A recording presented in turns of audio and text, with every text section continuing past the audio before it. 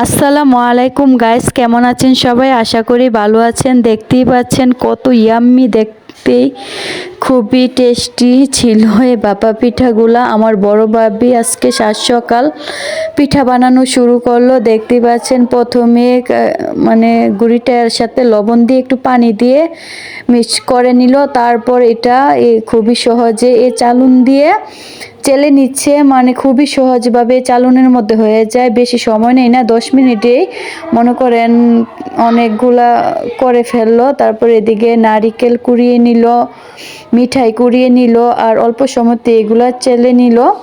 আর এখানে বসিয়ে দিল পিঠা বানানোর প্রচেষ্টা। দেখতেই পাচ্ছেন কত সুন্দর করে বানিয়ে ফেলতেছে আমার ভাবি পিঠাগুলা।